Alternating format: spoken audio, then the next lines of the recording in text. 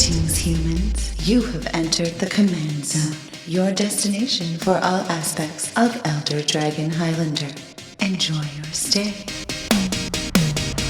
Life is a highway, I wanna ride it all night long. Dun, dun, dun, dun, dun, dun. If you're going my way, I wanna drive it all night long. That's right, everybody. We are driving. We are getting into vehicles. We are crewing them. We are driving. We are here on the Command Zone podcast. I'm your host, Josh Lee Kwai. Hi, I'm Damen Lenz. Damen is filling in for Jimmy. Actually, at this point, we can actually say why Jimmy has been gone for a few weeks here. That's right. He did just announce it on Twitter. So, congratulations, Jimmy and his wife, Rosanna, have had a new son. That's right. Mason. Mason. If you're watching the video, you're seeing the pictures of the cutest little baby, I mean, come on, that you've ever seen. Jimmy posted on Twitter about it, so congratulations to both of them. Obviously, that's why Jimmy's been out for a few weeks. No, we are not having a fight of any kind. He will be back soon, though, to talk about the tail end of Neon Dynasty here. Yeah, of course, we're all really excited for him here on the in the crew, and frankly, it's amazing to see, birth of a new child and everything. It's child amazing. I got to say, what's amazing about that child is Mason already has cooler hair than I've ever had in my entire life. Oh my God, yeah. And is not even like a few weeks old yet. Okay, we are today talking about the precon from Neon Dynasty called Buckle Up, which is the Azorius Vehicles precon. It's the one that we revealed the full deck list for a couple of weeks ago. Damen is here because he's going to help us talk about what we always do with these budget upgrades, which is break down the stats of the deck, kind of figure out which direction it's already going so that we can tell you what 10 cards we think you should add and what 10 to take out for around $30 total, so you can get this thing up to speed ASAPs and ready to tangle with quote-unquote real decks. But before we get into it, we got to talk about our sponsors. If you want to get this deck, well, you're going to have to order it. And the best place to order all of your Magic products, singles, anything at all, is channelfireball.com/command. They have tons and tons of inventory there because they have multiple vendors on their marketplace vying for your business. The really good thing is that they vet all of their vendors, so everybody on the Channel Fireball marketplace is a business. They have a business license. They are, for the most part, LGSs. It also means that sealed product in particular I've found to be very cheap on the marketplace because on other marketplaces, a lot of times it's individuals selling their own cards. They don't have access to the WPN and the distributors and low-cost sealed product. That's right. So this is LGS's just like, driving the prices real low because they're competing with each other. So if you want to get draft boosters, collector boosters, Commander Precon decks, well, channelfireball.com/command is the place to go to do that. And of course, once you get the cards, you want to keep them in really good condition. This deck in particular has a bunch of new cards. At the time that we previewed this deck, we didn't know the price of those, but some of them are going to be staples in the format, I think, and probably worth quite a bit. You're going to want to protect them. UltraPro makes the best products to protect all of your stuff. Eclipse sleeves, playmats, Satin Tower deck boxes, Mythic Collection deck boxes. They have sweet Mythic Collection binders. Yeah, those are beautiful. Yeah. Absolutely stunning. Like, I picked up some for myself after you guys kind of mentioned them, turned me on to them, and I'm just like, oh my God, these are with exquisite. The nice stitching on the outside. And it really makes your collection look really classy, your battlefield look really classy. So UltraPro really does make the best stuff to protect your stuff. And of course, the final way to support all of our content is directly if you go to patreon.com/commandzone. All kinds of cool perks for patrons. In fact, we're adding stuff lately that we haven't had before, including exclusive content. So we've got a couple of videos on our Patreon that are only available to our patrons. They're not going on our main channel. Patrons also get access to game nights and extra turns earlier than the general public. We also have a Discord server where you can chat with Jimmy, me, the team. If you want to wish Jimmy congratulations on his newborn son, the Discord would be a great place to do it. Again, patreon.com/commandzone. All right, let's get into the deck here. Sorry. Yeah. We got to shout out one lucky patron. We do that every single episode. So right now we're going to give a great big shout out to Gino Scarum. So Scarum? Yeah. Scarum? Gino. You rock. All right. Main topic. Buckle up. All right, here we go. Commander Precon from Neon Dynasty. Again, the rule is 10 cards in, 10 cards out. Total budget, $30. In general, we're not going to touch the mana base on the precons. That's just not super fun. And for the most part, the mana bases will work. Obviously, if you have fetch lands and shock lands, put those in there. Absolutely. Let's start where we always start, which is the brand new commanders in the deck. This is going to be an interesting one. Every once in a while, this discussion comes up, which is, should you run the face commander, the one that's on the box, as the commander of the deck straight out? Like, sometimes you should and sometimes you shouldn't. And sometimes people get a little upset when we say you shouldn't. But it's a strategy game. It's about optimizing. It's about making choices. And I think in this case, there's an argument to be made that the commander that is not the face commander is probably going to be a little bit stronger for you out of the box. But let's read the face commander first. It is Katori, Pilot Prodigy, 1 white and a blue for a 2/4, Moonfolk Pilot. It says, vehicles you control have crew 2. And then it says, at the beginning of combat on your turn, target artifact creature you control gains lifelink and vigilance until end of turn. Interesting, a lot of things going on here. Damen, what do you think about this commander, first of all? I like Katori. I think it's a little weird. So we kind of had a conversation actually before this about that whole crew ability. Yeah. And the fact that it sets everything to crew 2. So I was curious. I'm like, well, how good is that actually? So if we look at this deck, there are a total of 15 vehicles, right? 10 of which have a crew cost of under 3, which, several of those have crew costs of 2 or 1. Katori does nothing for that. Right. Now, in the deck, there's only 5 vehicles that have crew costs greater than 4, or 4 or greater, rather. Right. Which is really where Katori shines. So that I found that very interesting in the way that the deck was built, and in even looking at some of the new cards that they added from Neon Dynasty. Frankly, that crew ability just doesn't play as well as I was hoping. Yeah, because Katori really wants you to have stuff that is probably a low casting cost on the front end. Exactly. High crew cost to kind of balance that out, because Katori is cheating the crew cost. That's right. But having built or tried to build a Vehicles E deck for game nights, I found out that there's actually just not a lot of vehicles that fit that bill. Exactly. That have high crew costs. So Katori doesn't help as much as you would think with that first ability. It's interesting that the second ability, obviously in this deck, is referring to vehicles, but just says artifact creatures. That's right. So you could build a Katori deck outside of this deck, right, that is sort of around artifact creatures, and maybe you want the vigilance and the lifelink. But all in all, yeah, I think Katori is a little bit, when you sort of break it down, it reads good, but then when you start looking at the actual vehicles that exist, it's less powerful than you would like. There's just not a lot of options to take advantage of that first ability. Yeah, and I think the second ability, I think what really limits it is the fact that it only procs on your combat. It's not each combat, so it's not like you're going to continue to get that life gain. Each combat would make it a lot better, right? Yeah, and so we're kind of... Yeah, well, the vigilance is not that great either if it's on a vehicle, right? Because I'd rather have untap the creature that crewed it. Exactly, yeah. Because otherwise it's just like, okay, fine, but I'd also have to crew it again to block with it anyway, so the vigilance doesn't help me that much.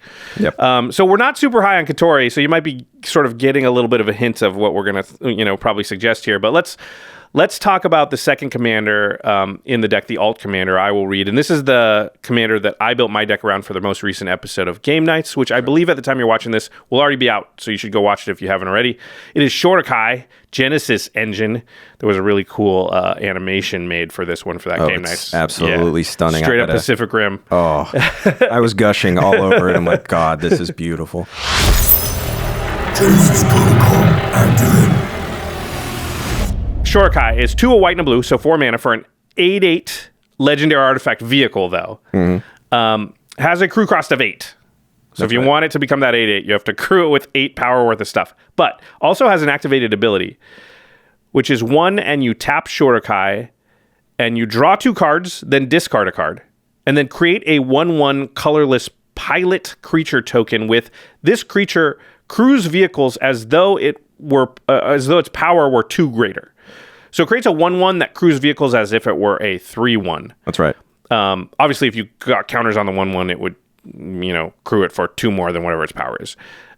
So this is more of a sort of value engine. That's right. Thing. It makes a token. It draws you the best card out of your top 2 cards of your library. It actually puts one in the graveyard too. Yeah, so it's better than it's better than if it put it on the bottom of your library or put one back on your library, right? Graveyard is often accessible. Especially with artifacts. Yeah, for blue and white both. White can both recur artifacts pretty efficiently. So the fact that you can just pitch an expensive artifact if you're in the early game or pitch something to recur later, like that's...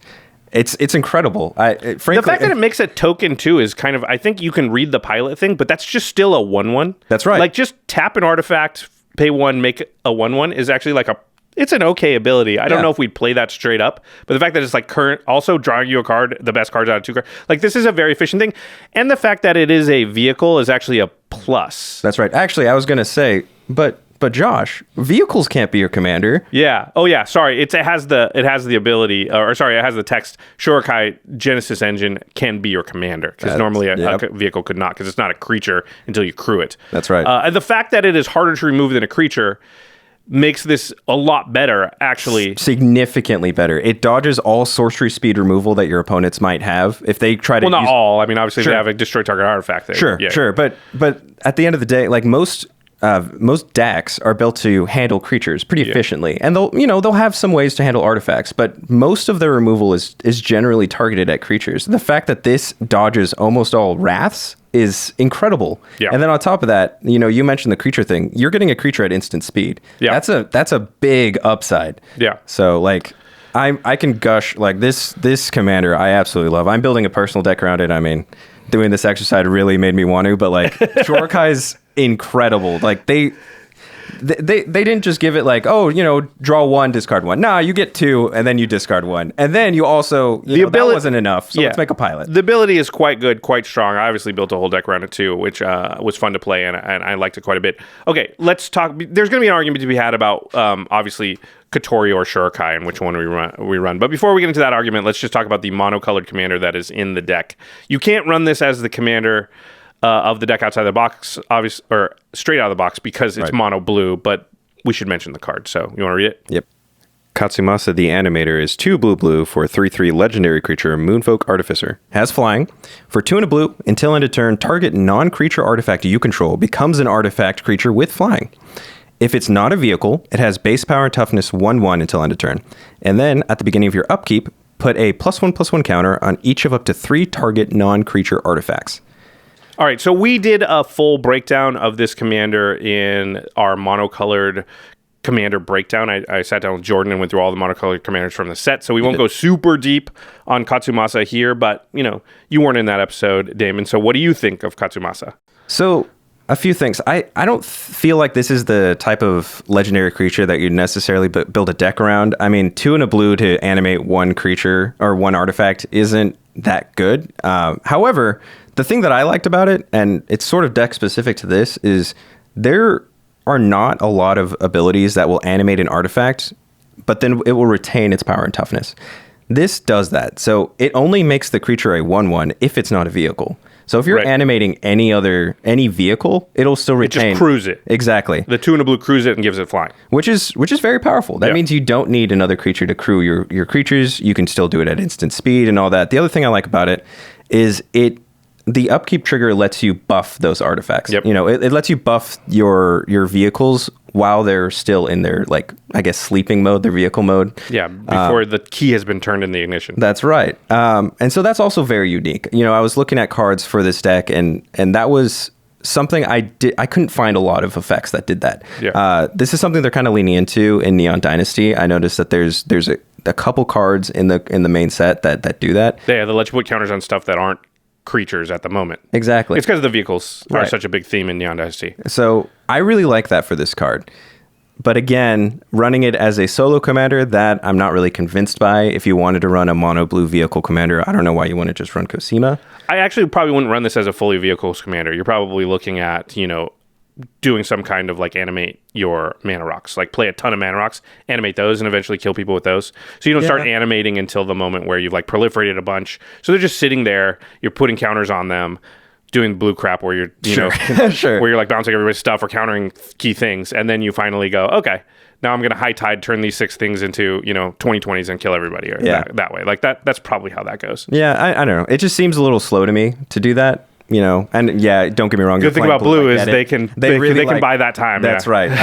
But I don't know. That one didn't inspire me as much, I guess I'd say. It seems good in this deck, though, because it's another way to sort of get more. And the flying is going to be useful on a lot of the vehicles. That's right. Giving those vehicles flying it's exquisite. Okay, let's talk about the stats of this deck, because it will help inform everybody out there why we've made the decisions we've made about the additions, the subtractions, stuff like that. Sure. So Buckle Up has the deck stats of ramp cards. There are 12, so a lot. Yeah. Card draw, there's 13. a lot. Single target removal. This one's interesting. There are 9 single target removal spells, which is in line with what we've been talking about a lot in the last year and a half or so on the show of a lot more single target removal these days. Board wipes, there are only 2. Interesting because I find this to be a little bit low in a vehicles deck because, like you said, vehicles in general, one of their strong points is they don't die to Wrath of God type effects because they're not creatures at the time you cast that stuff. So it feels like this deck would want to have a couple more board wipes than we would normally have to take advantage of that, right? Yeah, absolutely. That was something I thought was really interesting because, as you said, like they dodge wraths, right? And so the other deck, the Upgrade Unleashed deck, that deck had 5 wraths in it, and that's a token go wide deck that doesn't want to wrath the board. Yeah. So I was like, well, that's backwards. Why that should be flipped, if anything. But to each their own. Okay, and then deck specific stats. So artifact, either support or payoff cards, there are 55 in the deck, a ton. It really is like an artifact deck. Like, that's right. Yeah. They really leaned into that. It's obviously Azorius, but there are a ton of artifact synergies. Vehicles or vehicle support cards, there are 18. That's right. 15 of those are actual vehicles. There are 13 artifact creatures, which matters for some of the cards in the deck. That's right. And then graveyard recursion, kind of low. There's only 5. And I would say that number is the only argument against running Shurikai as your commander, which is not a very strong argument. I think we're both going to agree here, but that's the only thing I think you could say. So the next category we always talk about is who should you run as your commander. It feels like we're on the same page that we both think you should probably take, even if you didn't change the deck at all. I actually think it's stronger if you just took Kotori, shuffled it into the deck, and put Shurikai as your commander. Yeah, there's something to be said for having a commander that will always put you up cards. It always gives you something to do. Right. And throughout the course of the game, like you said, even if you just swap out Shurikai as the commander, you're just going to be able to outvalue your opponents. You're always going to be up cards. I'm also not convinced that you won't be stronger for the vehicle synergy anyway, because the pilots do what Kotori does. That's right, yeah. And that's why I made that note earlier about the crew cost of 3 or less, because anything with a crew cost of 3 or less, Shurikai's pilots are going to be able to pilot anyways. So they have the advantage over Kotori. Kotori has the advantage if anything has a crew cost at 4 or greater. Right. Which isn't most of this deck, and isn't even most of the vehicles in the history of Magic. So, and you can get around it with just 2 pilots or a pilot and something else anyway. So it's not like you have to jump through a ton of hoops. Just like it's not like it hurts you that much. There's obviously the lifelink and the vigilance, but there's no life gain synergies in the deck at all. So that part doesn't matter. I just find very little, even playing Devil's Advocate, any reason that you would run Kotori as the commander of the deck. It's kind of interesting that that's the choice that Wizards made? lead singer of the deck. Like, why not just swap it? I don't know. Yeah, the other thing is it's like... They might have done that originally and then decided it was a little bit confusing that it was a vehicle that said this can be your commander on the front of the deck and just said, okay, let's just switch them. Sure. And then smart people like us will figure out, like, hey, run Shurikai because it's just better. Yeah, absolutely. Yeah, because that was a bit of a head scratcher for myself too. It's like you guys made this sweet Azorius Vehicles deck. Why would I not want to run the Azorius vehicle? Yeah. Right? Like, I want to run this mech. We came here to smash face with mechs. Okay, so we'll have made our decisions about the 10 cards to add and take out based on the fact that we think you should run Shurikai as the commander out of the box. I know some people that upsets them. Sorry. There are other budget or other deck upgrade videos out there maybe that will talk about Kotori, but we don't think it's as good, so that's not what we're recommending. Absolutely. Okay. Just as my tablet goes to sleep and doesn't want to come back online. Oh, boy. Okay. Okay. Hello, my baby. Hello, my honey. Good. Hello. Bam. That's how they used to buy time back in the 20s. Okay. Yeah, that was my time, actually. Yeah. All right, let's talk about deck value. We went over this in our reveal video, but this deck, the one part where it's kind of the most disappointing is deck value. So we got to note that the prices we're going to reference here are from prior to the deck reveal. We always do that because we are usually talking about these decks before the rest of the world even knows about them, so we can't check the prices from after. Right. Yeah. If you think about it logically, it just kind of makes sense that we got to do it that way. Yeah. There are a lot of other sites, MTG Goldfish. I know the Prof does it this way, where they are looking at the deck prices from the time of release when the world does know about it. So you can, as long as everybody's doing within their own stuff the same, that way they can compare their numbers to their own numbers from before, which is what we're doing.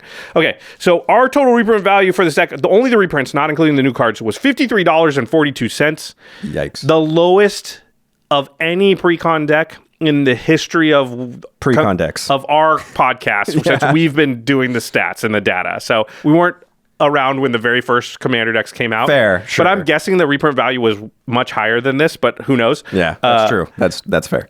But the average precon reprint value of the past 3 years for any deck that's come out, whether it's been like full-on Commander decks or just even those mini set decks that came out, was between $80 and $90. And this is like close to half of that, which is...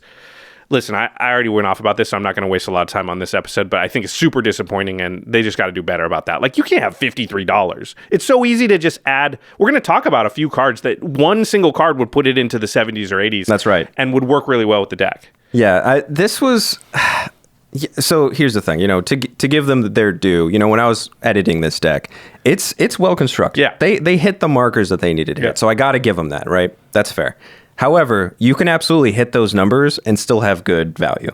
And just take out one basic land and put in a Vidalcan Orrery or a... Yep. Well, there's some other cards, I don't want to spoil it. That would probably be a little better fit. But even then, just like, without changing the deck, and because I think it is well built. Right. You could still easily add $20 to $25 in reprint value, which is a single card. Here's an interesting stat. Okay. Would you like... So the other precon, right? The upgrade on Cheshiro? Yeah. Would you like to guess how many of the top value cards in that deck you'd have to reach before you reach this number? What do you mean? So how many of those reprints, the total deck, would you have to hit before you have a value greater than the total value of this deck? Oh, I don't know. Like if you just went down the most expensive reprints in the other deck, I don't know. 10. 11. Okay. At 11, you are at a greater value than this. So the top 11 55. cards from the Gruul deck are basically worth more than this whole deck. The reprints in this deck, sure, I should sure, say. Because I think the new cards in this deck will probably end up being worth more than the Cheshire reprints. Yeah, no, that's totally fair. But yeah, I just saw that and I'm like, why? It's just crazy. I don't get it. I don't know. Let's talk about what the notable reprints in this deck are. Mirage Mirror, a format staple, about $6, again, before the reprints were announced. That's the biggest one and the only one over $5. Then there are a bunch of the Psy, I guess, Master Thopterus is $4.50 or was $4.50. Right, it's close. So that's like the next highest. And then there's a bunch of stuff that's just between $2 and $3.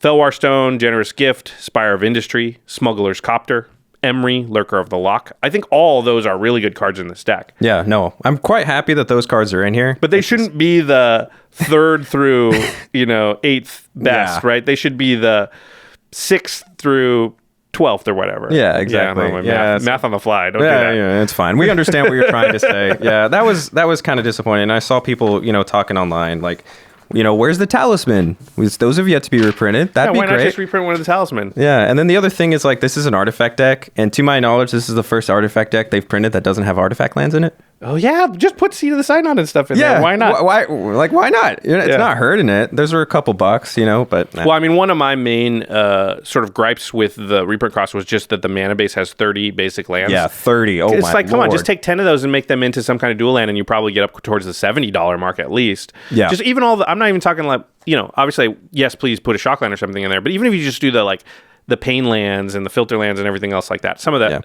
yeah. Okay. Or you're a big advocate for the battle bond lands. Yeah, exactly. Just put it in there. Why not? Throw it in there. Why not? Yeah. It's not hurting you. Yeah, exactly. You'd still only be like $60 of value. Yeah. It'd still be low. Okay, let's talk about the best cards in the deck. Enough griping about the reprint value. I already did that for a whole episode. It's passed. Okay. Best cards in this deck. Damon, what do you think they are? All right, so the first one, this card I love. So this is a card from... Yeah, go ahead. All right, so it's Impostor Mech. Yep. Here we go. Yeah, go ahead and read it. Yep. 1 in a blue for an artifact vehicle. It's a 3/1. And you may have Impostor Mech enter the battlefield as a copy of a creature an opponent controls, except it's a vehicle artifact with crew 3, and it loses all other card types. And then it obviously has crew 3. This is like the new... occasionally better phantasmal image. Absolutely. Yeah, a 2-mana clone is huge. Now, a lot of people have pointed out this is I think the first clone ever that can't see your board. It only sees your opponent. So that's very interesting. However, it's a slight downside from phantasmal image for sure. However, I'd say, I don't know, 85% of the time, I'm cloning something of an opponent's anyways. Like you have 3 opponents, you're 1 player. So odds are they probably have something that you want. And being able to copy that for 2 mana is huge. And then on top of that, the fact that it's an artifact vehicle means it's hard to remove. So you copy anything with a really good triggered or activated ability, and you just have that sitting on your battlefield. And you can control when it's a creature and when it's not. Yep. When you want it to be, the most at risk and when you don't.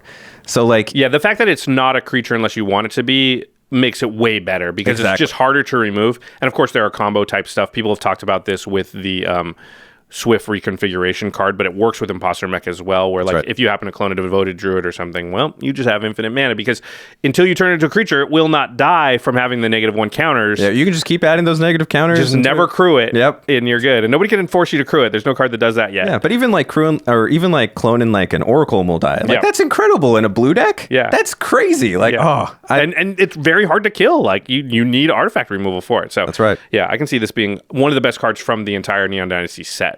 Yeah, honestly. Absolutely. The next one you've got down here is Emery, Lurker of the Lock, which is recursion for artifacts. This is a whole deck that's very strong, and this is an artifact deck. It had, 55 artifacts in it or something? So, yeah, that's obviously going to be very, very good. And recursion with Shurikai especially, it's one of the 5 recursion pieces. So you're going to look at the top 2 cards. Oh, I have an artifact in here that's small. I'm going to put that into my graveyard because I know Emery can bring it back. It just means that now Shurikai is almost drawing you 2 cards. That's right. Yeah, because once you play Emery, every artifact in your graveyard is basically in your hand. Yeah. It's additional thing that you can cast without using additional resources. So it frequently overperforms. On top of that, I know we didn't read it, but it has the ability where it costs 1 less for each artifact you control. Yeah. You're frequently going to play it for 1 blue mana. Right. So makes Emery super cheap and super good in the deck. Yeah. And we're going to add some untapping synergy as well in this deck, which also makes Emery better. That's right. Okay, and I alluded to it. This is a card that a lot of people are excited about. Yep. It's Swift Reconfiguration. You want to read it? This is one of the new cards. All right, here we go. So, Swift Reconfiguration. For a single white mana, you have an enchantment aura. It has flash. Enchant creature or vehicle. Enchanted permanent is a vehicle artifact with crew 5 and loses all other card types. And it has, in parentheses, not a creature unless it's crewed.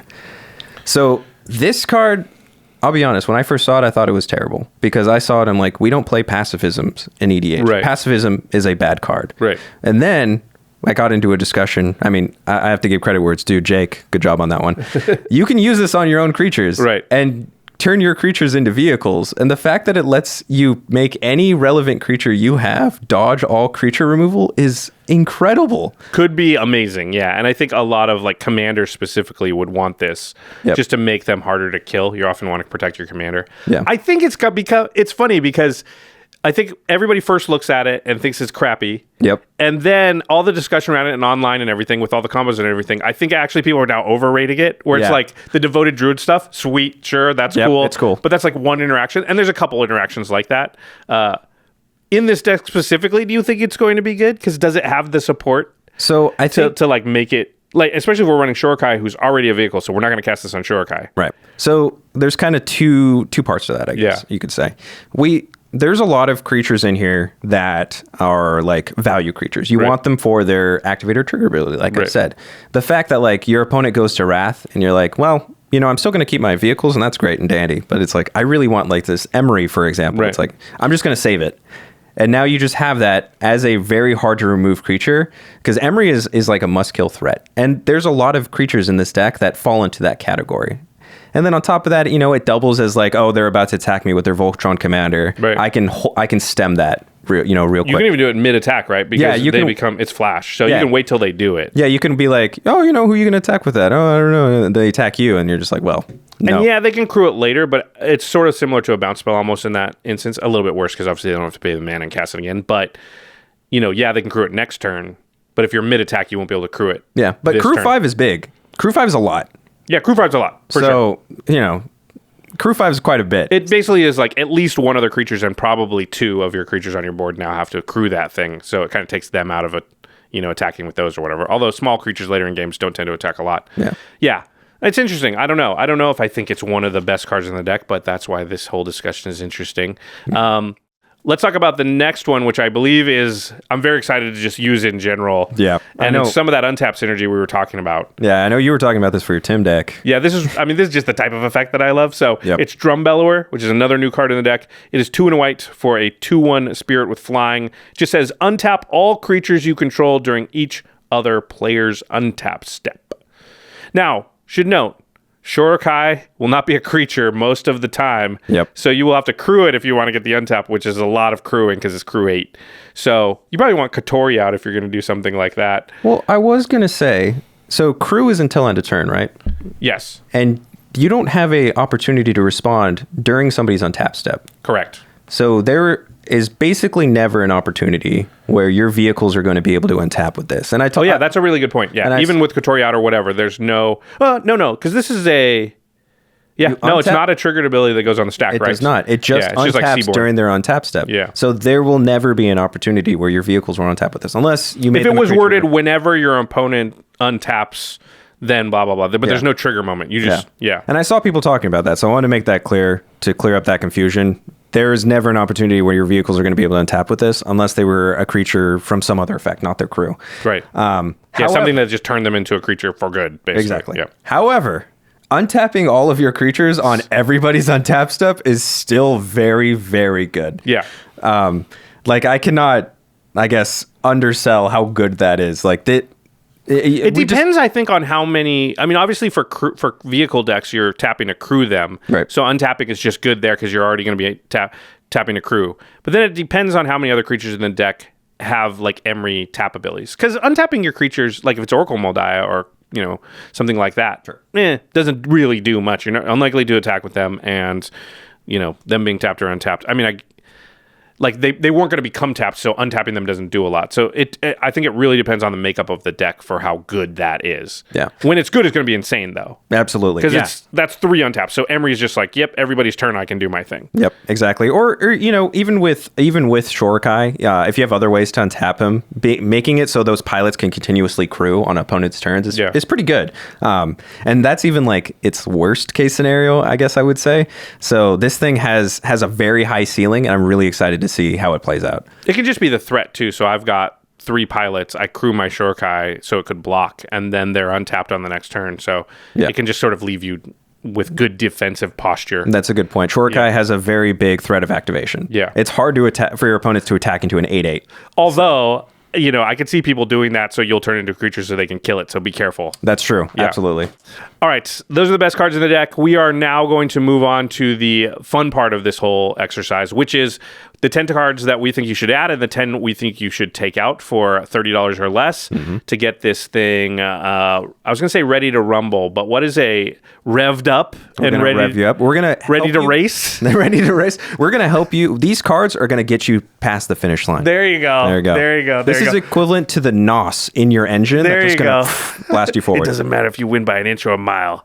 Okay, I don't know. I just had to say that. Okay, but real quick, we're going to take a quick break.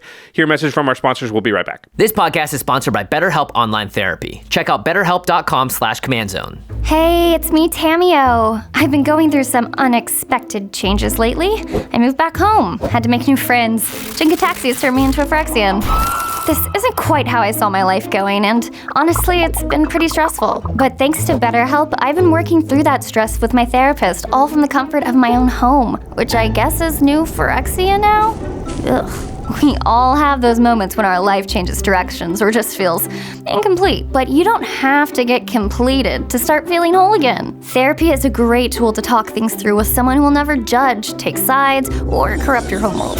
And BetterHelp makes it easy. BetterHelp is customized online therapy that offers video, phone, and even live chat sessions with your therapist, so you don't have to see anyone on camera if you don't want to. It's much more affordable than in-person therapy, and you can start communicating with your therapist in under 48 hours. Unload the stressors and get some unbiased feedback. You'd be pretty surprised at what you might gain from it. See if it's for you. This podcast is sponsored by BetterHelp, and Command Zone listeners get 10% off their first month at BetterHelp.com/CommandZone. That's BetterHelp.com/CommandZone. Oh, hey, any dinner plans tonight? No time. Things have gotten so crazy this new year, I am too busy to cook or shop. Any eating has to happen at instant speed. Sounds like you need Factor. It's like Vidalcan Orrery for food. Vidalcan Orrery, I'm in. Tell me everything. All right, Factor delivers nutritious, pre-prepared meals straight to your door, and they're ready to eat in just 2 minutes. Whoa, that's like flash speed. Exactly. Plus, I love that Factor takes health seriously, pairing registered dietitians with expert chefs to make sure everything's nutritious. That way, Factor makes it easy for me to eat clean 24/7 with fresh, never frozen prepared meals that are so delicious you wouldn't believe they're actually good for you. I was blown away by the Peruvian shrimp bowl. And whether you're looking for something vegan, a bit of extra protein, or even just some energy bites, Factor's got you covered with a huge variety of options. Sounds perfect. Here, let me just adjust my calendar for the time I'm going to save with Factor and...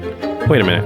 What is this blank space right here? That's free time, Josh. Oh, never seen that before.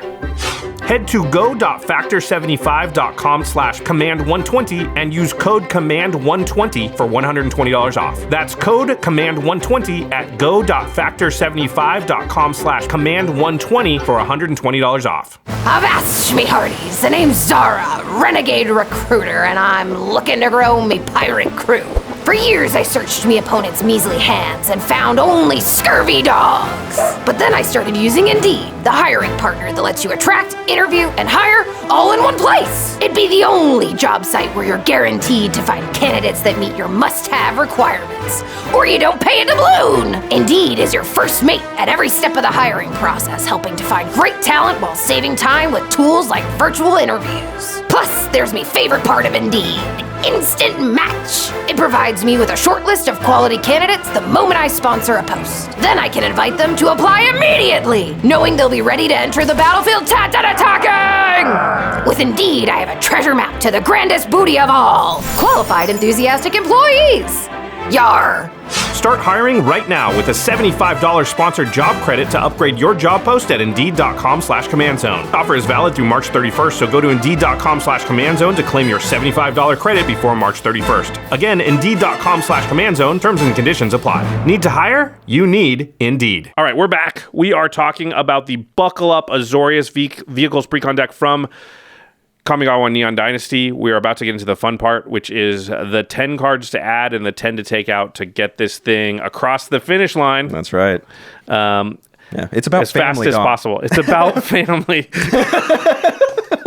All right, Damen, you did the legwork on this, so let's start the rundown here. What is the first card that you think we should add to the deck? All right, so we kind of alluded to this earlier, but one of the strengths of vehicles is the fact that they dodge wraths, they dodge creature wraths, they dodge sorcerer speed removal, and we talked about how we thought the wrath count was a little low. Yeah.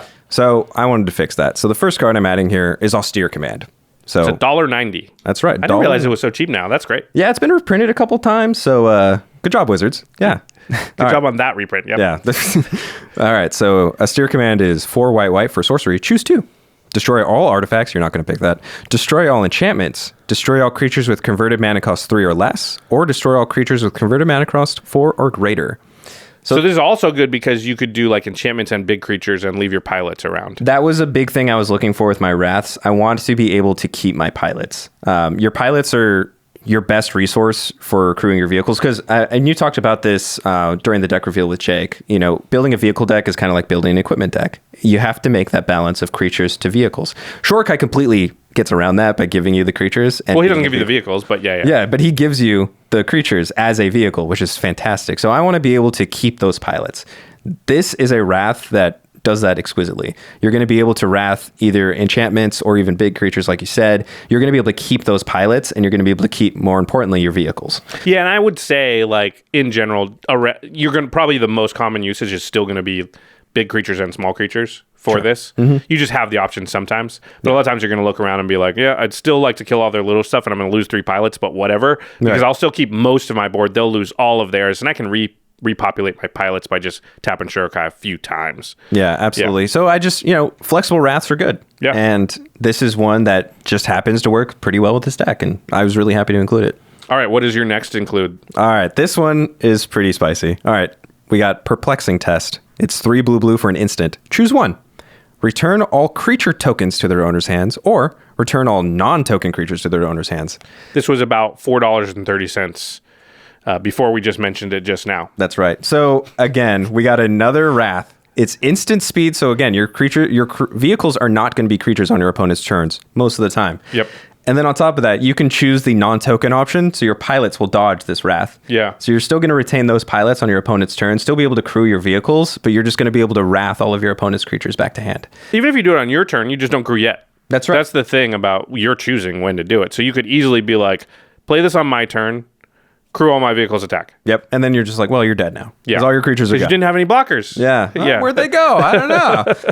That seems great. Yeah. I like that you added 2 Wraths first, right off. And when I made my Shurikai deck for game nights, my first iteration of the list, it was like 12 Wrath. Wrath Tribal. And then I looked at it and I was like, that's not going to make for a very fun game on game nights. That's so true. I decided to like pivot off of that strategy. But I think, that is one of the strengths of the deck, and having at least better than 2 Wraths. Like, there's already 2 in the deck. You add a couple more. That'll at least allow you to lean into that. And you don't have to be totally mean and run 15 Wraths. That's right. Yeah. You can kind of find that medium, that happy medium. That balance, yeah. Don't play balance, though. No. Yeah, okay. No, unfortunately, no. The next one is a vehicle. I mean, it's a vehicle on one side. That's right. All right. So we'll read the front side, but to be honest, you're playing it for the backside. So we got Cosima, God of the Voyage, 2 and a blue for a legendary creature god. At the beginning of your upkeep, you may exile Cosima. If you do, it gains whenever a land enters the battlefield under your control. If Cosima is exiled, you may put a Voyage counter on it. If you don't, return it to the battlefield with X+1/+1 counters on it and draw X cards, where X is the number of Voyage counters on it. And she's a 2/4. It's a slow, like, landfall card draw engine. All right, let's not... It's cool, but... That's not why we're putting it in the deck. No, it's for the other side, because this is an MDFC. That's right. Backside. Here we go. The Omen Keel. 1 and a white for a legendary artifact vehicle. It's a 3/3 with crew 1. Whenever a vehicle you control deals combat damage to a player, any vehicle, not just itself, any vehicle, that player exiles that many cards from the top of their library, and you may play those lands for as long as they remain exiled. So there's 2 things here. 1, any vehicle, not just itself. So it gives all of your vehicles a pseudo card draw effect. Right. And it's that many. So you can only play the lands. I think the way you read it, I heard it as you could play any of the cards. You exile that many, and then you can only play the lands out of that many that you exiled. You can't play the other spells. It's not like Gonti or something like that. Yeah, absolutely. But that is card draw, right? Anytime you play a land that is not from your hand. Yeah, not from your hand, then you have drawn a card. That card just happened to be a land, so that's card advantage, yeah. And the other thing I love about this, specifically with Shurikai, it now gives you the option with this on the battlefield to start pitching your lands, because you always have this huge reserve of lands. So now whenever you're choosing between your top 2 cards, you don't have to take lands because you can just be like, nah, I don't need that land because I have at least like 5. I'm going to hit all my land drops, no problem. Yeah. Exactly. And stealing lands from your opponents is just, it's so cheeky, and I love it. Especially when your opponents play with fancy lands, and most of our opponents here at the Command Zone do, so you could steal a Guy's Cradle or something. Yeah, I know. You love your Guy's Cradle, so... Me? Yeah, you specifically, or even like a Strip Mine, I know you like that. I love Strip Mine because everybody plays Guy's Cradle around here. That's right. So... okay, that card was 30 cents, by the way, before, I guess before we'd mentioned it. It's not going to go up in value because we mentioned it here. It's 30 cents card. Okay, what's the next one? All right, so we got Mobile Garrison. I'm going to say this card was 20 cents. It is a 3-mana artifact vehicle. It says, whenever Mobile Garrison attacks, untap target artifact or creature you control, has a crew cost of 2, and it's a 3/4. So this, to me, was probably the only... This and the Omen Kill were the only vehicles that I saw when I saw the list where I was like, oh, those are missing. Those are probably the best vehicles that aren't in the deck. And the fact that this can get in and then untap your Shurikai is incredible. So, you play this, then you play Shurikai, use Shurikai's ability, make the pilot, use the pilot, crew this, attack, untap your Shurikai. It's music to my ears. I love tap and untap shenanigans. And, me too. This is a card I added to my version of the deck as well, and that sequence is very, very powerful. You're just looking for any ways that untap Shurikai, and the fact that this also synergizes with your vehicle synergies that already exist. That's right. Yeah, this seems like a must include in the deck. Yep. All right, what's the next one? All right. So this next one, it's a vehicle, but not a vehicle. So we got Deadeye Quartermaster. It's 3 and a blue for a 2/2 creature human pilot. Whenever Deadeye Quartermaster enters the battlefield, you may search your library for an equipment. We don't care about that. Or vehicle card, reveal it, put it in your hand, then shuffle your library. It's just a vehicle tutor. Yep. Whatever your best vehicle is in this situation right now, go get it. So and then on top of that, it sits there as a 2/2, can crew things, but really it's probably Mobile Garrison. Yeah. It might be Smuggler's Copter or Sky Sovereign. Those are probably the other two, but... Or the Impostor Mech. Yeah, Impostor Mech's really good. Yeah, they have something good on the battlefield. You're just like, let me just go get an Impostor Mech so I can have one too. It's just a very efficient tutor. It's cheap. Like I said, it's only about 25 cents. Yep. So it's great. Seems great. Yeah. Seems great. There hasn't been enough vehicle decks for the vehicle tutor to be worth a lot yet. Yeah, exactly. And then, equipment decks aren't typically blue. So it hasn't really had a home yet. And this just seems like a great place for it. So... All right, I like that. The next card, I can't believe, is only 10 cents. Yeah, this card was definitely not 10 cents before, but they've reprinted it. Yeah, I think it was in... Good job, Wizards. Yeah, I think it was in the Modern Horizons. Modern Horizons. 1 or 2. Yeah, 2, I think. Yeah, I'm not sure. And so that did wonders for this this card. Which is called Wonder.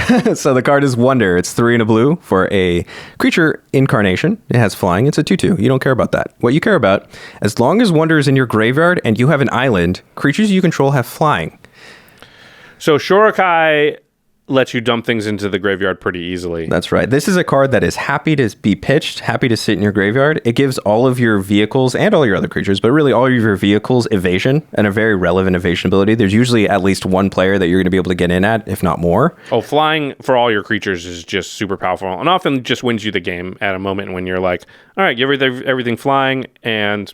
you're at 20. I just kill you. Yeah, like we just talked about two vehicles that are great and have great either attack or damage abilities, but they don't have evasion. This gets around that. This gives you that evasion that you need. For essentially free, too, because you're just going to activate Shurikai anyway, draw the card, make the token, and you just put a card into your graveyard. Yep. You don't have to cast this in any way. Exactly. And I love that. And the cool thing with Shurikai is his discard effect doesn't have to be one of the ones you just drew. It's any card in your hand. Oh. So even if this was sitting in your hand and you didn't have anything to do with it, you just activate Shurikai, you pitch it. Now there you go. Very good point. Very good point. Yep. All right, we got a couple more to go. The next one's also 10 cents. We've got a string of really cheap ones. Good job. Yeah. We're saving up. We are. That near the end, there are going to be a slightly more expensive ones. Don't worry, guys. I got you. All right. So this card I like. It does double duty.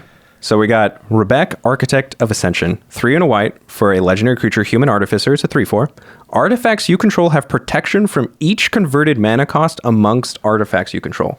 So let's say you play a Mana Rock and then you play Shurikai. Shurikai and that Mana Rock now have protection from 2 and from 4. Yep. And so there's a couple things. There are Mana Rocks that cost 3, just FYI. Right. And actually, a Cultivated Caravan is in the deck, which is a Mana Rock that costs 3. Right. So as you keep putting out these artifacts, your vehicles are going to have protection for more and more things. And it does 2 things for you. One, it makes them harder to remove, so that targeted removal that could hit them now is a lot more difficult for your opponents to use. And then 2, it gives them evasion. Yeah. And that was a big thing that I wanted. I mean, we just mentioned 2 vehicles that don't have evasion. Shurikai doesn't have evasion. Shurikai is a 3-hit kill on any player. Sure. I mean, I know you... 3 is so many turns that I don't think that's worth, like, okay, well, only but 3, 6, 9 turns. I got everybody. But you know what it is, though? Like... Later in the game, when some players are out, then the 8 damage matters. Now all of a sudden, that 3 hit is a clock. I mean, if they've been whittled down, it doesn't matter. 2 hits will probably kill them because and 8 is a lot. But like, I like having a deck that can have an efficient backup plan. Sure. I just don't think the commander damage matters there. Okay, I guess that's fair. It's just something that I definitely take into consideration as a backup plan. You're playing against a life gain deck, and now you don't need to run a card to hose that life gain deck. You have this in your back pocket as a way to deal with them. Sure. So anyways, but back to Rebecc. But I mean, yeah. I mean, I think Rebecc's great for what you said. I don't think the commander damage matters at all. Sure. But just the fact that, like, if I have 3 or 4 vehicles, they're suddenly very hard to block because, the protection, usually Rebecc is just like, hey, you can't kill my Mana Rocks and equipment and things like that. Yep. In this deck, because of the vehicles, they're creatures. The protection actually means you can't block with your 4, 2, or 3 CMC stuff, right. Which means you probably can't block at all. Yep. And now my vehicles are kind of unblockable, which I think makes a pretty big difference as far as being able to get the damage in there and sort of get somebody out of the game. Because people tend to stabilize later in games. Yep. And then it they've got their defenses up, they've got their stuff that's like they're prepared, and having ways to punch in there can make a big difference. So it can be like play Rebecc where they weren't suspecting it and be like, oh, this is basically like playing a card that gives everything unblockable. Yeah. And screws up your removal. Yeah, that's something else I like about her. She doesn't care if your vehicles become creatures because they're still artifacts. Yeah. So when your vehicles are at their most vulnerable is when they're creatures, and she still protects them in that instance. Yeah, that's great. Which I really like. So, they're not going to be able to, most of the time, like path your vehicles. And I think that's really powerful. The other thing that I wanted to note, so it's protection, right? That means you can't target either. Crew doesn't target. So you don't care about that all that much. Would matter for something like, because it is protection, so you can't actually, it's still more similar to Shroud than Hexproof in that you also can't target it with your things that, I don't know, if you had an aura or something like that are 3 or 4 CMT. Right. But I like that. Like, it doesn't tend to matter for vehicles. Right, because Crew doesn't target, so you don't really care. Although would it Katsumasa, it might turn off Katsumasa, but I think that's fine. Yeah. It's 1 card in your deck. Yep. Okay, this next card is one of the more expensive ones. It's about $8, and this is the card that everyone's talking about in combination with Shurikai. Yeah, and let me read it, and then I'll kind of get into that a little bit more. So we got Intruder Alarm. 2 and a blue for an enchantment. Creatures don't untap during their controller's untap steps. but whenever a creature comes into play, untap all creatures. So this deck comes with 3 creatures that tap for mana. You just need one of those Shurikai, and then as long as Shurikai became a creature through some sort of effect, and don't get me wrong, that's a hurdle. That's hard, yeah. But, there's some ways. Right. As long as Shurikai is a creature and you have one of those, this goes infinite, because you can tap the creature for the mana, tap Shurikai, make a pilot. The pilot enters, untaps both You'll of them. You'll draw your whole deck, and you will have infinite pilots. Right. Yeah. So it doesn't win you the game on the spot because it's not infinite mana, and they won't have haste. Right. Now, you can get infinite mana if you just have 2 of those, or one of the creatures actually taps for 2 mana, so that would work. But now you're talking about like a 17-card combo, because you need 2 mana dorks, Intruder Alarm, Shurikai out, and Shurikai crewed. Right. And that's, I think, the big hurdle with crewing the Shurikai. Right, because you need 3 pilots. Yeah, so the Shurikai has to be crewed and be a creature for Intruder Alarm to affect it, because it doesn't untap anything but creatures, which is just a ton of... I don't think this card is bad, because I think untapping your creatures in a vehicles deck is like something you want to do. I think it's being overstated how good it is, though. Yeah, sure, and that's totally fair. But like I said, you do have one creature that taps for 2, so you just need that plus Shurikai. And then on top of that... I kind of did some additional research with this deck in specific. This deck has 4 ways to crew Shurikai that aren't crewing it. So there are ways in the deck to get around that crew hurdle. But like you said, that is an additional card that you're adding. Yeah. But that being said, and remember, the downside of Intruder Alarm is it's global. Right. So anytime anything comes out... So it's not a card you can just play and pass turn, right? You're helping your opponents. They are going to be able to use it, and a lot of opponents will be able to abuse it. So you basically hold it in your hand until you're able to go off with it. Otherwise, you might be making one of your opponents go off. Yeah. So, yeah. The other... I think it's very good. Yeah. I just want to caution everybody out there who's like, oh my god, Intruder Alarm's crazy in this deck. It's not that crazy. It's good. There's like 6 other cards in the deck that you have to get out with this. Sure. And then you kind of also have to, crew Shurikai. So it's... But the other thing is, you don't even have to go infinite. You can just go many, quote unquote. Like, you're just filtering through your deck because of Shurikai that, like, you don't need to go all that deep for it to be good. Sure. I mean, you have to crew Shurikai. Yeah, it has to become a creature. And having played my version of the deck, you don't do that very much. It's hard. Having 8 power put into Shurikai is difficult to do. Yeah. On a turn that you also play Intruder Alarm, right? Right. So it's just tougher than I think people think. Yeah. The next card I like a lot better because you don't have to do that stuff. Yeah, and this was a card I kind of wish... Well, Wizards, this should have been in the deck, but there you go. It would have upped the value by $9.10. That's right. So we got Unwinding Clock. It's 4 mana for an artifact. Untap all artifacts you control during each other player's untap step. It's Drum Bellower, but for artifacts. Boom! Doesn't care if it's a creature or not. Nope. So you just need this plus any artifact that taps for mana, and you got Shurikai on everybody's turn. Oh, it's glorious. I'm making a pilot, and I'm drawing a card and putting a card in my graveyard on everybody's turn. Yep. Again, this card, it should have been in the deck, but it wasn't. But that's okay, because we're going to add it right here. It's only about $9, like you said, and it just makes this deck sing. Being able to give all of your vehicles sort of a pseudo-vigilance is really strong. Untapping Shurikai is great, because he has a tap ability that only casts a single mana. And... you have a ton of mana rocks that, again, those will untap as well. So it's kind of an underplayed card in the format. I think it just hasn't caught up to the fact that people are playing so many more mana rocks than they used to. So this card is like a Seedborn Muse that's usable in like mono blue or mono white. Yep. And I think in general, like this card's $9.10. You should probably buy them now because the format's waking up to the fact that just every deck now is running 10 to 15 mana rocks. Yep. So often you play this for basically free, right? You pay it, and then on the next turn, you have at least 4 mana worth of, or 4 mana coming from artifacts in some way. Yeah. And in this deck, like you said, it's even more insane because of Shurikai. Not even just Shurikai, though, your vehicles. And what we say was Kotori, one of the whole things it does is give vigilance. This does it. This does that, right? It untaps your vehicles. Yep. And then it's untapping a vehicle that's making pilots to crew those vehicles again. Yep. So it keeps your defenses up on as well. Yeah, I think this is probably like the best card in the deck. Yeah. Once you add it, this card is going to frequently overperform for you, and this is more than likely going to be the card you want the most. This is the card you're going to be digging for with your Shurikai. Yeah, when I play my Shurikai deck, that is the card that I want the most at almost all points in the game. And then I did have another thing to note. You mentioned outside of this deck specifically, but this also works with artifact lands. Yep. It will untap your artifact lands. Why didn't they just put some artifact lands on the deck? If you have those, put them in the deck. We're Absolutely. not, we don't want to go over budget, so we can't, but you should. Absolutely. All right, that's only 9 cards. We got one more and a little bit of budget left. What's the last one, Damen? All right, so this card, I like this card a lot. All right, so we talked about how good Shurikai is with untapping. So this is kind of a newer card. It's from Midnight Hunt. We got Teferi, who slows the sunset. 2 white and a blue for a legendary creature, legendary planeswalker. Teferi has 4 loyalty. Its +1 is choose up to 1 target artifact, up to 1 target creature, and up to 1 target land. Untap the chosen permanents you control, tap the chosen permanents you don't control, you gain 2 life. And then his -2 is look at the top 3 cards of your library, put 1 of them into your hand, and the rest of the bottom of your library in any order. And his -7, if that matters, you get an emblem with untap all permanents you control during each opponent's untap step, and you draw a card during each opponent's draw step. Sure. So, which is, that's great if you get that, that's a better unwinding clock, but is that really going to happen? More likely no. However, that plus ability, that's where it's at. You're untapping a vehicle, you're untapping an artifact, so you can untap Shurikai. You're untapping a creature that you can use to pilot, more than likely a pilot, and you're untapping a land. That land can activate Shurikai. Yeah. So, and the fact that he makes 2 pilots is blockers that help you protect Teferi. Yeah, blockers at instant speed. Because I use my pilots all the time as just blockers. I know they can crew for better or whatever. Right. They're still 1/1s. Yeah, they're still creatures that can block. Yeah. So, they're great.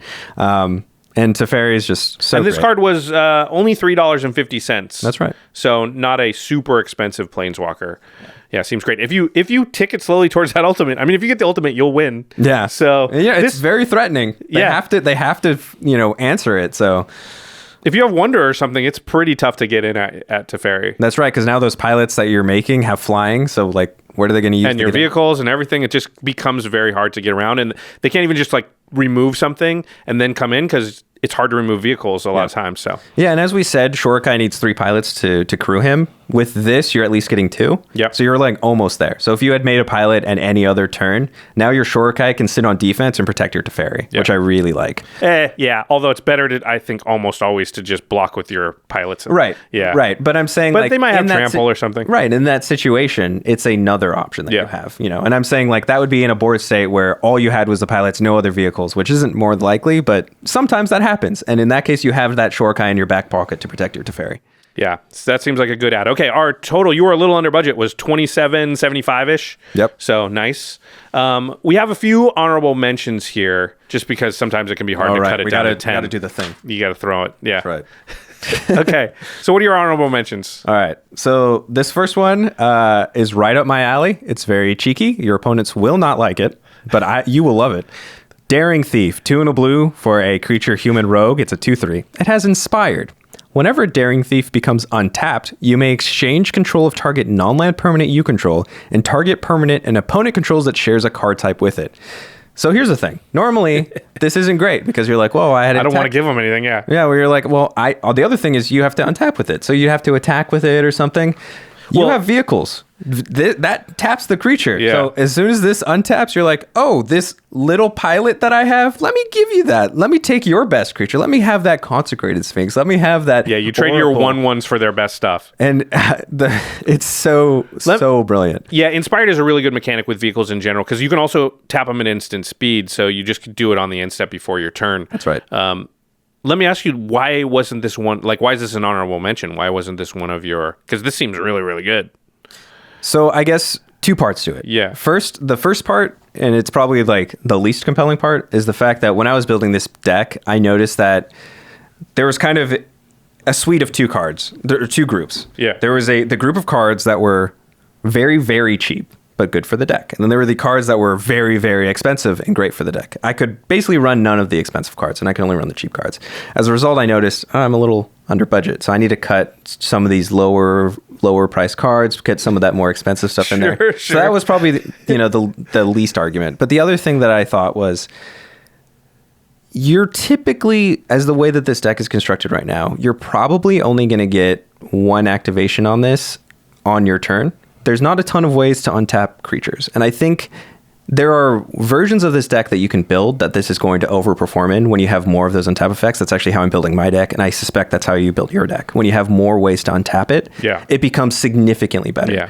But as the deck plays right now, more than likely you're going to do what you said. You're going to accrue it at the end step before your turn. You're going to untap.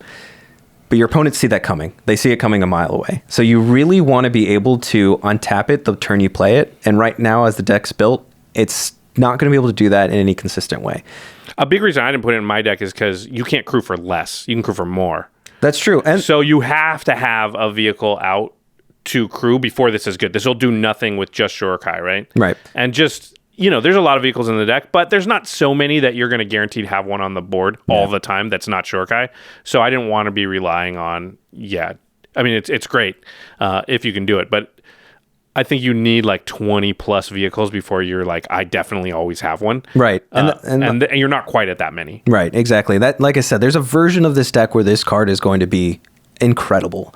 It's not quite this one. It's close, but it's not quite. But I wanted to mention it so that people had this on their radar if, they wanted to do some more tweaks. And that way they know this is a mechanic, the inspired mechanic. Maybe you can look into it a little bit more. This was the best one that I saw that synergizes really well with vehicles in a really unique way. In my experience also, the deck does not make, 10 pilots. Right. You have often got 3, 4.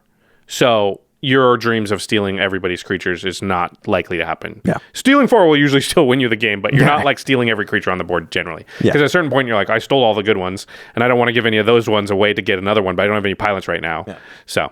Yeah, and you kind of touched on it, but I do like the fact that you can overcrew. So if you have something with like a crew cross of 3, you can use a pilot in this. And you're overcrewing it, but it is a way to... If it's crew cross of 1, just this will do it, right? Right. Like, But you cannot undercrew. You can't be like, I try and crew, it's got crew 8, so I tap 6 mana worth of creature, or 6 power worth of creatures, and then they just don't crew it, but they become tapped. That doesn't work. You just can't crew. You can overcrew, you can never undercrew. All right. The next one's pretty expensive. I'm guessing that's the reason it's not on the list. It is land. Yeah. It was $20. Yeah, this is a $20 card. One of my favorite cards of all time. Me too. Yeah, because it untaps stuff. Yep. All right, we got Minimo, School at Water's Edge. Legendary land, it taps for a blue. Or blue and tap, untap target legendary permanent. Fun fact, Shurikai is a legendary permanent. Yep. I believe it's Minamo. Oh, Minamo? But that's okay. I apologize. I don't know. I could be wrong. It's something. Yeah. A land that untaps your commander seems good when your commander wants to tap to do something. I think that one's pretty self-explanatory. Yeah, it's free, uses a land draw. But that would have been 2/3 of your budget. So. Yeah, exactly. So that's why I could not include that. But this is just... And the other part of not including it, we tend not to touch the mana base. Right. I think a utility land like this would be fine. But but I really try to stray away from that, and that's a big thing. This card, if you want to make that kind of upgrade, it will do work for you. All right, one more honorable mention here. Hidden Strings, only 20 cents. That's right. So Hidden Strings is 1 and a blue for sorcery. You may tap or untap target permanent. Then you may tap or untap another target permanent. And then it has a really cool ability that we've not seen in a while. I think it was first came out in Return to Ravnica with the Dimir Guild. It has Cipher. You may exile this spell card encoded on a creature you control. Whenever that creature deals combat damage to a player, its controller may cast a copy of the encoded card without paying its mana cost. And I wanted to put this in here for 2 reasons. 1, it's a very good way to untap Shurikai and a land. Shurikai and a way to activate them. But 2, I wanted to put this on people's radar as, again, another mechanic that works sneakily well with vehicles. If your vehicle has been crewed, it's a creature, you can cipher this onto it, and it will not fall off when it stops being a creature. Unlike... Right, it doesn't care if it's a creature the whole time, just cares, is it a creature at the time you cipher it? Right, so unlike enchantments or auras and equipment. Yep. And I wrote it down. There's the rule. It's 702.99C. That's right. It says, the card with cipher remains encoded on the chosen creature as long as the card with cipher remains exiled and the creature remains on the battlefield. The card remains encoded on that object even if it changes controller or stops being a creature as long as it remains on the battlefield. So giving any of your vehicles the ability that when they hit, you can untap 2 things, very powerful. And it's any permanent, which is huge. Man, Mobile Garrison would untap 3 things at that point. Yes, that is a beautiful thing. So that's something that I wanted to put on people's radar. I wanted people to know about. And this one, I think, is going to overperform in a way that I don't think people expect. Well, and the interesting thing, you can actually untap Shurikai twice with that, right? It says then, right? So you go, no, there's no time in between, right? Because it's state-based. Yes, technically you could target him twice, but it's not going to work the way you want. Right, so you won't be able to tap him in between. Yeah. So you do him in a land. Yeah, but the thing you can do is play this for 2, and this is how it sometimes saw play back in Standard back in the day. You would play it for 2, tap 2 of your Acronis creatures, and code it on the creature, get in, now that you can get in because there are 2 creatures so you are immediately tapped, untap again. and then you can untap. The other cheeky thing is because it's permanent, it actually can pay for itself because you can untap lands. Right, so you just untap the 2 lands that paid for it? Yeah, exactly. So yeah, I think this card is going to overperform for people. I highly encourage people to try it. I put it in my personal Shurikai list, and now you know. Now you guys will be all the more informed. All right, so those were honorable mentions, obviously, just other options for you there. I think it's nice to have a few just in case people, they don't want to drop $9 on the Unwinding Clock or whatever. Actually, just don't get the Intruder Alarm. Get the Unwinding Clock instead. I think they're close on price, and I actually think Unwinding Clock's probably better. Okay, let's talk about the 10 cards that we want to take out, because obviously we got to make room in the deck because it comes at 100. And this one actually comes at a full 100. There's not 2 of any single card in there. I know. I could, when I saw that announcement, I'm like, really, Wizards? Really? But I don't know. This one's good. It's legal right out of the box, unlike the other one. This one's great. Okay, so what 10 cards do we want to take out? All right. Speaking of things that aren't great, Jace, Architect of Thought. 2 blue for legendary Planeswalker Jace as 4 loyalty. Has a +1 until your next turn. Whenever a creature an opponent controls attacks, it gets -1/-0 until end of turn. -2, reveal the top 3 cards of your library. An opponent separates those cards into 2 piles. Put 1 into your hand and the other on the bottom of your library in any order. And -8, search for each player. Search that player's library for a non-land card and exile it. Then that player shuffles. You may cast those cards without paying their mana cost. What is this card doing for vehicles? Yeah, it has nothing to do with the deck. Yeah, I saw this card and I'm like, why is this in the deck? Why isn't this like, I don't know, a Tezzeret or like even a Venser? Because like Venser can like blink Shurikai and then Tezzeret would have been sweet. The Tutor Tezzeret would have been perfect in the deck with and our Reaper value was low, so that would have helped get it up. Yeah, I saw that. I'm like, why? Who thought that's the card that this deck needs? Like, there you go. We need your creatures your opponent's controls to be a little bit smaller and a mini Fact or Fiction. Like what? I don't know. All right, what's the next one? So this card I thought was really interesting. It's one of the new cards. Yep. But I have a pretty compelling reason for it. So it's Kappa Cannoneer, 5 and a blue for a 4/4 artifact creature turtle warrior. Has improvise, so your artifacts can help pay for it by tapping. It has ward 4, which is a lot. And then whenever an artifact enters the battlefield under your control, you put a counter on the Kappa Cannoneer, and it can't be blocked this turn. So here's the thing. If you're improvising, all of your artifacts are either vehicles that don't want to be tapped because they either want to be attacking or blocking or activating their ability like Shurikai, or they're mana rocks. So that doesn't do much for you. Right. Now it'll grow with your vehicles, which is cool, but you'd rather be growing the vehicles, not this, and it gives itself unblockable, and you'd rather use it for crewing. I don't know. This deck just kind of seemed at odds with what the deck overall is trying to do. I get it with Kitori because now you have a pretty big unblockable artifact creature that you can give lifelink to. And Vigilance. Vigilance actually might matter on that one. Right. But at the end of the day, it's just kind of at odds with, like I said, the whole deck as a whole. So I had to cut it. Yeah, it just has big. It's not that exciting. Yeah. All right, what's the next one? The next one is Mirrorsmith, 1 and a white for a 2/3 creature human artificer. Whenever you cast an artifact spell, you may pay 1. If you do, create a 1/1 colorless mirror artifact creature token.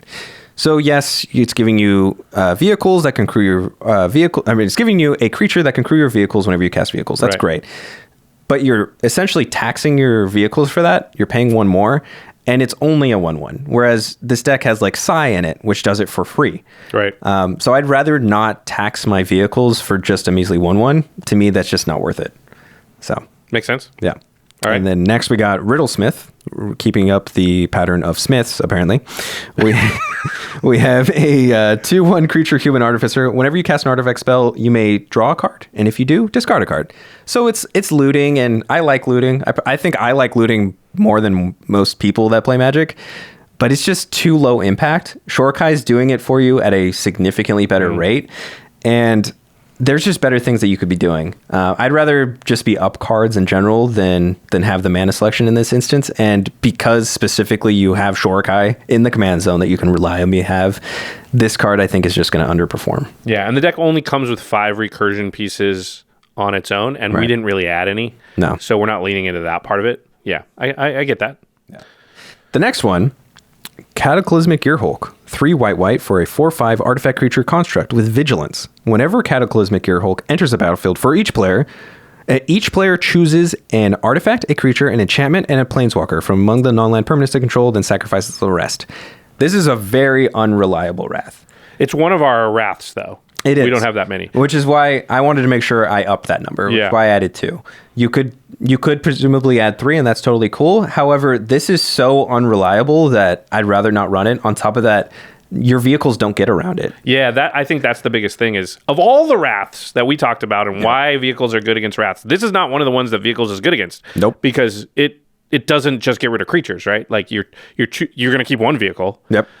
So maybe 2, I guess can't you crew 1, turn that into your creature that you're saving, and the others are. But still, it's not a Wrath in the way that we said that Wraths were good for our deck, if that makes sense. Yeah, this is just, it's way too unreliable. Your opponents are going to keep all of their best stuff, and you're going to end up wrathing a lot of your vehicles, which you don't want. You can just easily find a Wrath that's like Wrath of God, destroy all creatures, which won't hit your vehicles. Yeah.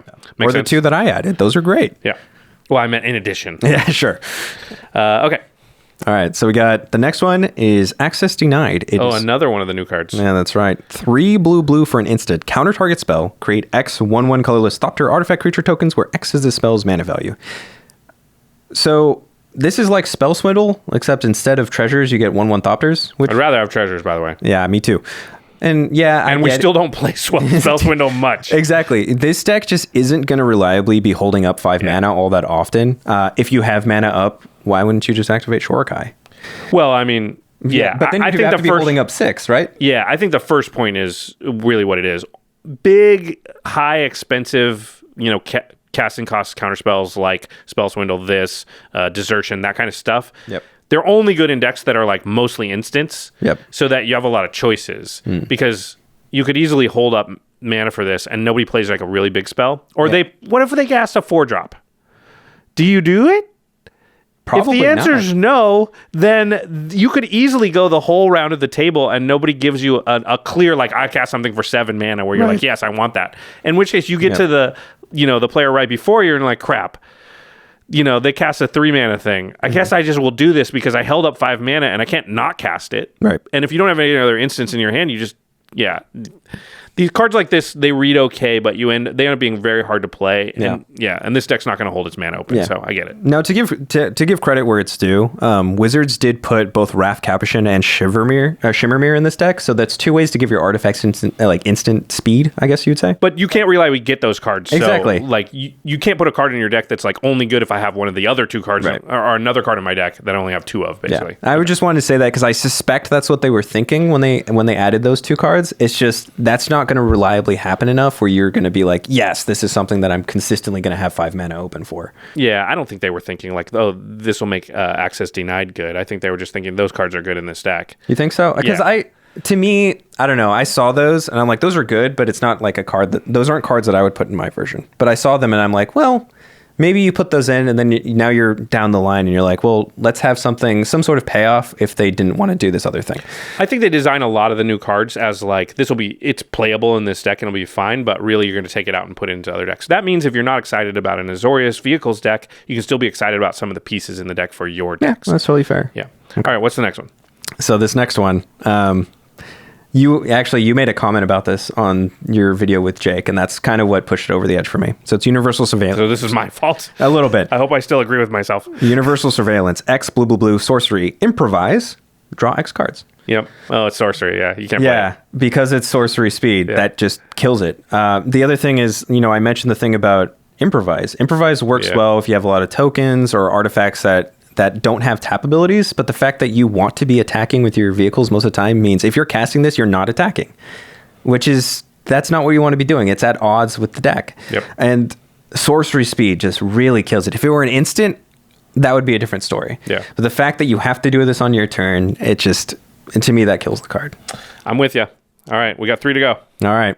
So the next one is Arcanus Owl. It's 4 mana that is hybrid Azorius. So either 4 white, 4 blue, or some combination thereof. That's right. It's an artifact creature bird. It's a 3/3 with flying. And whenever it enters the battlefield, look at the top 4 cards of your library. You may reveal an artifact or enchantment card from among them, put it into your hand, put the rest on the bottom of your library in a random order. So it replaces itself, and that's cool. sees your top cards and pulls out an artifact, which is great. But it works a lot better if you're like blinking it or, recurring it in some way. And as we mentioned, there's only like 5 recursion cards in the deck. There's no way to blink it. So most of the time it's going to have the one-time effect and it's just going to sit there and be a 3/3. There's just better things you could be doing. Yeah, 4 mana 3/3 draw card's not that great. No. All right, 2 to go. All right, so this card is Armed and Armored. It's 1 and a white for an instant. Vehicles you control become artifact creatures until end of turn. Choose a dwarf you control. Attach any number of equipment you control to it. So I don't think that second part's going to happen no, much. this deck doesn't have any dwarves and it has no equipment, so you don't care about that. Really, you're running it for the 1 and a white instant that it's a free crew for all your vehicles. Yes, every now and again you cast this and then just destroy somebody because all of a sudden, the dream scenario is, I have 5 vehicles out there and... But most of the time, that's not going to happen. I will say it's the only quote-unquote vehicle card that I cut from the deck, but it's just so low impact that as a one-time effect, I couldn't justify leaving it in. Yeah, and even with the vehicles you've added, I think there's only 17 vehicles in the deck. That is correct. If you have 5 on the field, you've got a third of all the vehicles in your whole deck on the battlefield, which that's a dream scenario. That's not going to happen. And even that is not like insane, right? Like, absolutely. I guess with Intruder Alarm, it's a little bit better. But in general, it just feels like your best case scenario is like, it kind of crews 3 vehicles at a time. That it just doesn't seem worth it. Yeah, and the deck has 4 other ways to free crew. Those are just significantly better that this just doesn't do it. Wasn't worth it. Yep. Yeah. All right, last one. What's our cut? All right, this last card was actually the last card I cut because I really wanted to leave it in, but... It does seem decent. Yeah, so it's Hannah Ship's Navigator. 1 white-blue for a 1/2 legendary creature human artificer, and it has the ability 1 white-blue, tap, return target artifact or enchantment card from your graveyard to your hand. So this was a card I really, really wanted to keep in. Yeah, I fought for it. It does feel like it's recursion, which we are low on. It's tap ability, right? So there's the ability to reuse it with some of the other things we've got going on in the deck. Yeah, it's interesting. Obviously, you're not very many enchantments. You're mostly getting... your vehicles might die because they're going to rumble, right? Right. But the thing that kind of convinced me is the fact that your first recursion costs 6 mana. Yeah. Your second one costs 9 mana. Well, sure, it's 9 for 2. Right. So that's actually lowering the average cost. Right, but that's still a lot. Yeah. That's still a lot. For 9 mana... And it's to hand. It's not to battlefield. Right. For 9 mana, I'd rather be bringing like everything back, which you can totally do. There are cards that do that. Sure, although it's not amortized over the course of like 3 or 4 different turns. But I mean, I don't think it's fair to compare it to a 9 mana spell. Fair. I guess that's fair. But my point is you can get that kind of effect for like 6 to 7 mana, which is at 6, this is recurring one thing. Yeah. And again, you have to wait, right? Yeah. Because it's 3, go. There's nothing in the deck that's really going to give it haste, right? Maybe there's a Swift Booster. Nope. No, okay. It's not in the deck. So you are going to have to like cast it and then pass turn and hope it survives before you do anything. Yeah, and on top of that, let's say you play it on turn 3. When are you going to activate it? Yeah, on turn 4. Not on turn 4 because you're playing Shurikai. Right. You have to wait for something to be in your graveyard that you want to recur. Turn 5 you would, right? Because Shurikai, activate, draw, discard the artifacts. Nope, you don't have the mana left. So turn 6. Yep. Oh, no, you have the mana because turn 4 you played Shurikai. Turn 5 you play the 1 mana for Shurikai. I have 3 left. But that's like 3 mana draw card in that case. Yeah. So, doesn't... Yeah, I get doesn't quite do it. It seems inefficient. Yeah. Yeah. I think, again, the deck would have to be sort of vastly retooled more than the 10 cards to sort of get a lot of untapping shenanigans going before this becomes, like, really good. Yeah, and that was something I definitely noticed when doing this exercise was there were a lot of cards that I thought would have been really great for the deck, but they required too many additional cards that I couldn't do it. Yeah, that's part of the fun, I think, of this exercise is understanding that, like, yes, if you're building a Shurikai deck and you're just starting with Shurikai and everything else is going to be added, there are different cards that you're going to talk about than if you're starting with the precon, which I think a lot of people are, right? And just you trying to use most of it and just changing a few pieces. Yep. Over time, those people might eventually move more towards what that Shurikai from scratch deck looks like, which is what I built for game nights. Yep. And that's what I'm building for myself. Yeah, but this upgrade I think is cool because the cards you've added are going to make it like quite good pretty quickly and easily. That's right. And you can eventually like still have the Hannah. It came with the deck, and maybe it gets slotted back in at someday when now I've added these other 4 or 5 cards that really synergize, and the synergy level for her has become high enough that she gets to get in the game. Hannah, she gets off the bench. So yeah. And that was something I wanted to know, and I made sure to mention as we went through like the honor mentions, some of the cards we talked about, cards that you can, if you wanted to then go a step further. Cards that you can think about, cards that you can consider, things that can go in this deck that weren't just these 10 cards. Because we got these 10 cards. It's going to take you across the finish line, like we said. But, let's say you want to go even a little bit farther. You have that option. Oh, yeah. There's obviously more than 10 cards you can add to the deck. There's a whole bunch more. If you go on EDH Rec, they're going to tell you a ton. But in general, I think this is going to get you sort of out of the gate the fastest. That's right. All right, let's talk really quickly about how this deck plays. Okay. I like what you put down here, which is that Shurikai is in general going to be playing for the long game. That's right. So, yeah, I wrote a whole thing because I'm extra like that. Basically, throughout the course of the game, Shurikai is going to outvalue your opponents. It's a card draw engine on a stick. Yep. And it's very efficient. Going up 2 cards and then pitching 1 is very, very powerful. You're always at least up a card. It's not just a loot. So you are going to, as the game progresses, you're just going to keep accumulating value and value and value. Your pilots are going to keep you alive. Your vehicles are going to keep you alive. Your other creatures are largely expendable because Shurikai gives you the pilots that you need to make sure that your vehicles can always be crewed. Mm-hmm. And then basically you want to use your aggressively costed vehicles and beat down your opponents using those. Most of them have evasion, but I've added some ways in here to give them additional evasion, make sure that they can get through. And then they're very hard to remove, like we mentioned. They're going to dodge almost all wraths. They're going to dodge most creature removal. And they're going to keep your opponents from attacking you. They have threat of activation. Most of them are very large. And the cool thing with vehicles is the creature can crew them even if it just entered. You don't have to untap with it. You don't have to give it haste. So immediately those pilots that you make can crew. So that kind of gets around that downside. And then, I know you don't like this that much, but I did like that Shurikai is a great backup plan. He is a 3-hit kill.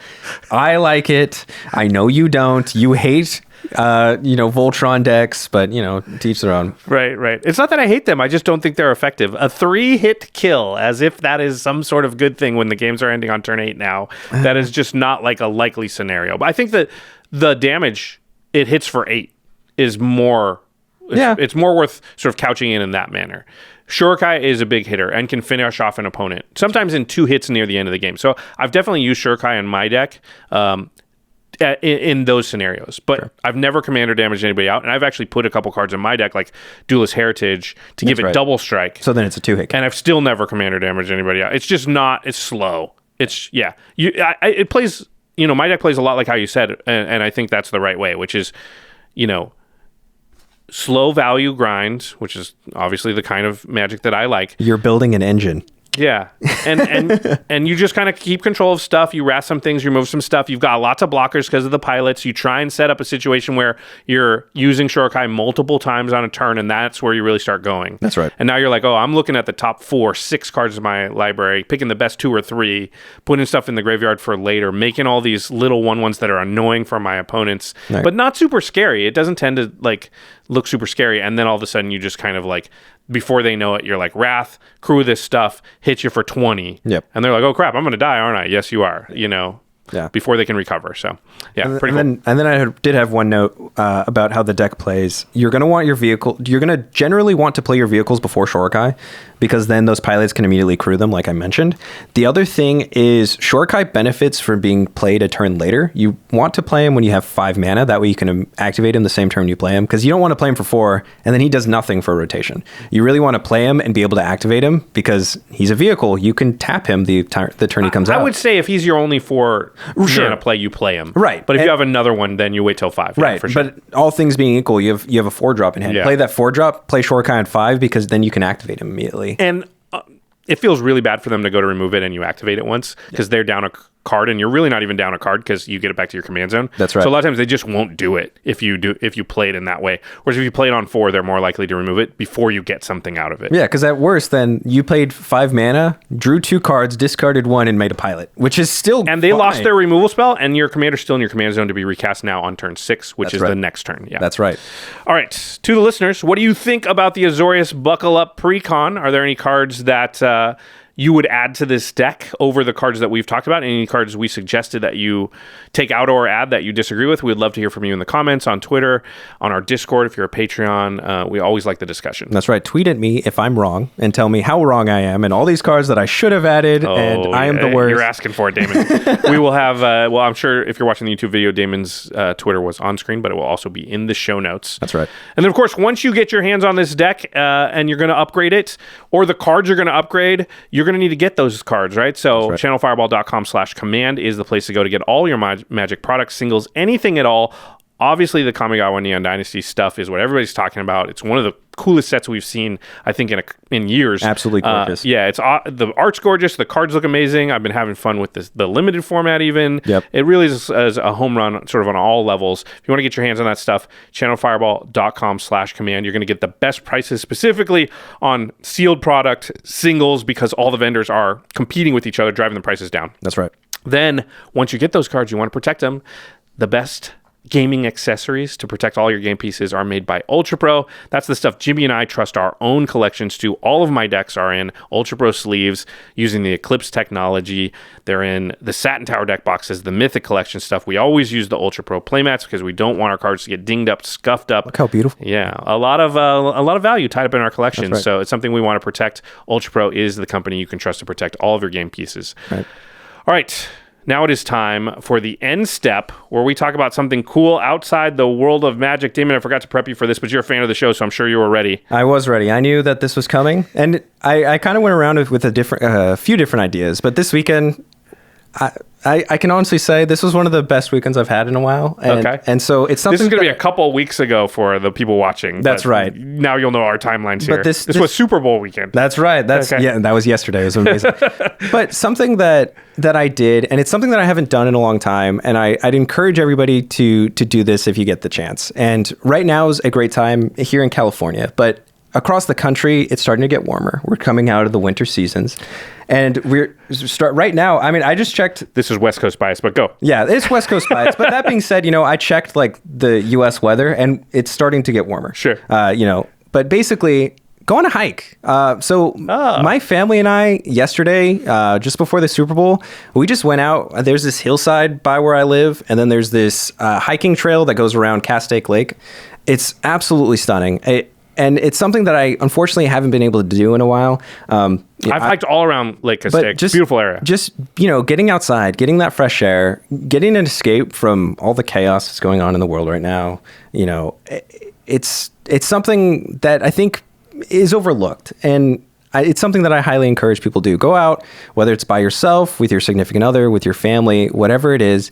Just go outside, go on a little hiking trail. It doesn't have to be anything extreme. I know I'm in the military, so I'm used to really intense hikes, but it doesn't have to be anything like that. Just go out, go on a walk, and go take in nature. And I think that's something that, this pandemic, everybody was locked inside. We spent a lot of time in our homes, but just go outside, go walk around, go enjoy the scenery and the beautiful area that you live in, wherever it is. Even if it's cold, throw on a jacket and go enjoy nature. And that's something that I highly encourage. Go on a hike. Yeah. Wow, that is a shocking suggestion from a Magic player. Go outside. Yeah.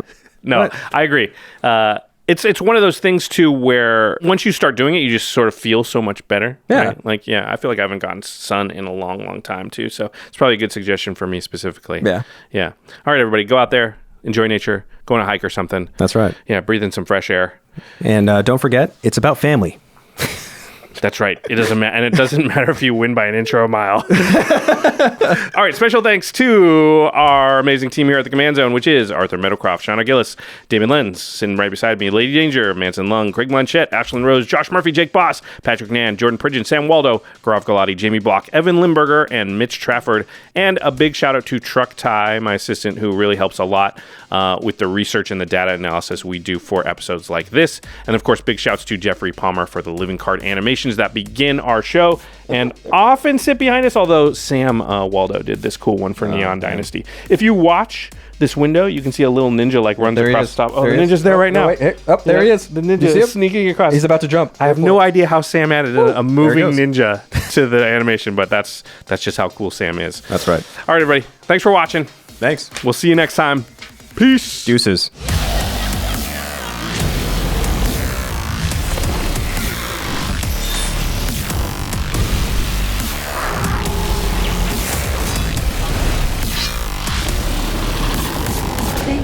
for your attention. For further inquiries, send an email to commandcast@rocketjump.com or ask us on Twitter @JFWong and @JoshLeeQuai. See you later, alligator. Greetings, humans.